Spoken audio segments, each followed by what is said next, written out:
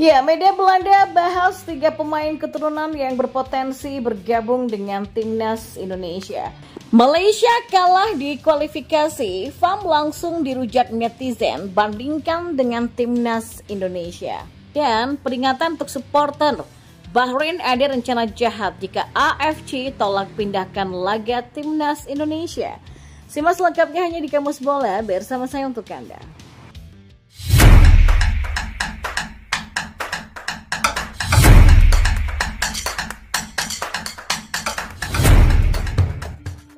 Media Belanda Voetbal Premier membahas kemungkinan 3 pemain keturunan yang berpotensi pindah kewarganegaraan untuk membela timnas Indonesia. Ketiga nama itu merupakan nama yang sudah cukup tenar di kalangan pecinta sepak bola timnas Indonesia. Mereka adalah Ryan Flamingo, Milan Manhoef, dan Tristan Guijer. Back PSV Eindhoven yaitu Ryan Flamingo masih bisa memilih karir internasional antara Indonesia dan Suriname. Tulis akun Instagram @voetbalpremier.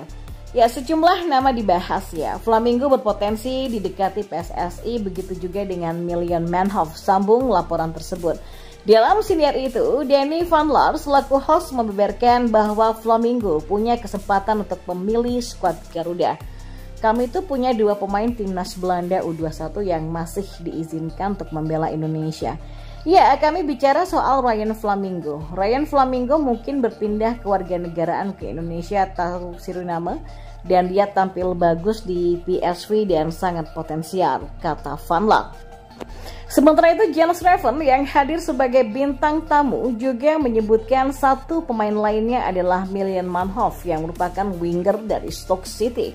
Tidak hanya 2 nama tadi, Tristan Guijer juga masuk dalam daftar pemain yang berpotensi untuk memperkuat timnas Indonesia.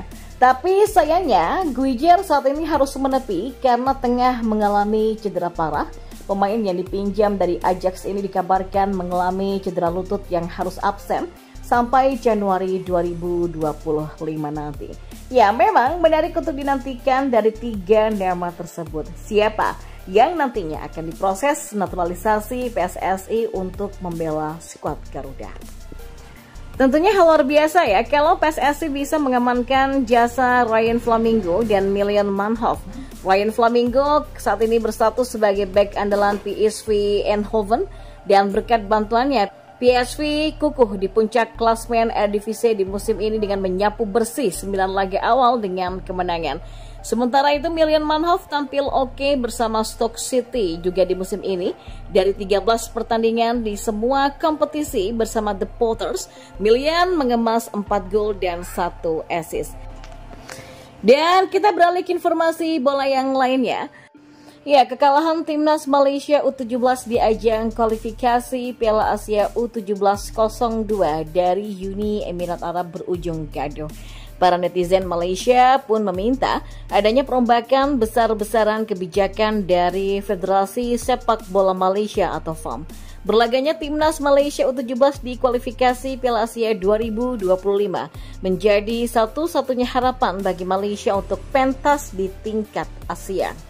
Mengingat sebelumnya baik tim senior dan Malaysia U20 gagal bersaing.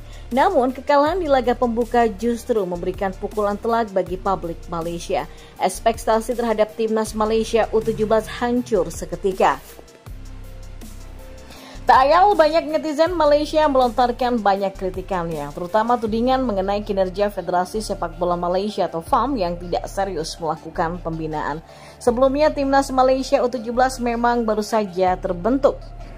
Sang pelatih Javier Jordan Ribera bahkan bercerita anak asuhnya baru terbentuk selama 5 bulan dan hanya menjalani 2 laga uji coba. Situasi sontak membuat netizen Malaysia geram. Ya, seperti akun di media sosial dengan nama Muhammad Lukman yang menyebut FAM sebagai orang tua terkesan malas dalam membantu pasukan muda Malaysia. Selagi FAM handle national team dengan orang tua dalam pengurusan yang malas memang ya, tidak kemana. Pertandingan persahabatan pun tidak ada untuk skuad ini, kata Muhammad Lukman dalam akun X-nya. Dan kritik lebih tajam bahkan dilontarkan akun atas nama Lee Oak. Dirinya menyebut para pemain bola yang dibawa ke ajang kualifikasi Piala Asia sebetulnya tidak berbakat. Menurut Lee, para pemain yang berada di dalam skuad hanya anak orang kaya Malaysia atau pemain titipan saja, sehingga performa mereka jauh dari kata layak.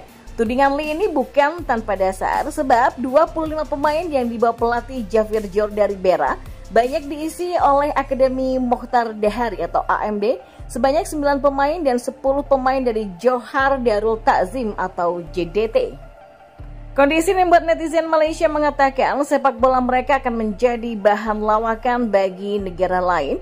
Salah satunya yang disebut adalah Indonesia yang dianggap rival mereka selama ini. Lihat ini Indo, bisa tertawa selama seminggu, kata salah satu akun. Dan kita beralih ke informasi bola selanjutnya.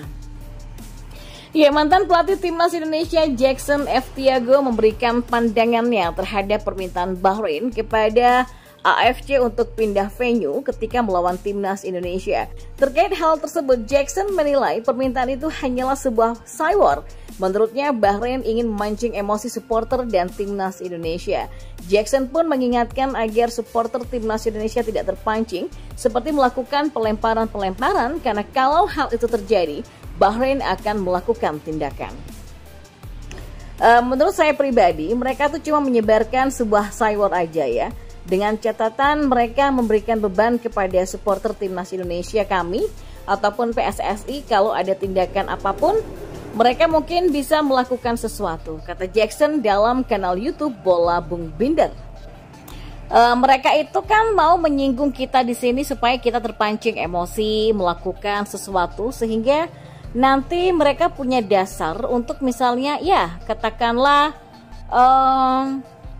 pertandingan itu dihentikan atau pindah venue. Makanya menurut saya itu rencana mereka memang sengaja menyebar sebuah cywar aja, kata Jackson. Jackson pun meyakini AFC ataupun FIFA tidak akan mengabulkan permintaan Bahrain agar duel melawan timnas Indonesia dipindahkan. Ya, sampai sekarang kan pra Piala Dunia ini tidak terjadi kejadian apapun di sepak bola Indonesia, sehingga mereka tidak punya dasar apapun juga untuk mengajukan perpindahan venue tadi, kata Jackson F. Tiago. Lebih lanjut, Jackson meyakini saat ini supporter timnas Indonesia sudah lebih baik dan tidak akan melakukan hal-hal yang merugikan. Dia pun optimistis timnas Indonesia bisa mengalahkan Bahrain di SUGBK. Ya, insya Allah tidak ada masalah apapun. Masyarakat Indonesia tidak bisa seperti biasa ya. Sudah tertib menyaksikan pertandingan dan kita bisa meraih kemenangan nanti atas mereka, kata legenda Persebaya Surabaya itu.